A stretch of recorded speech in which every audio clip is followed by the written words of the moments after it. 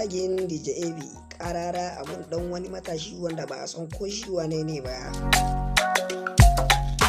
Kafin mu kusa cikin labarin, ku danna mana subscribe sannan ku danna mana kararrawar sanarwa ta inda za ku na samun labarai masu daɗi idan muka daura.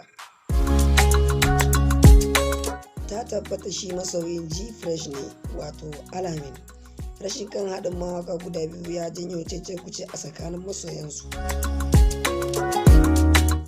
To yanzu za mu dan nuna muku kaɗan daga cikin abin da wancan mutumin ya faɗa kenan wanda ba san ko shi wane ne ba.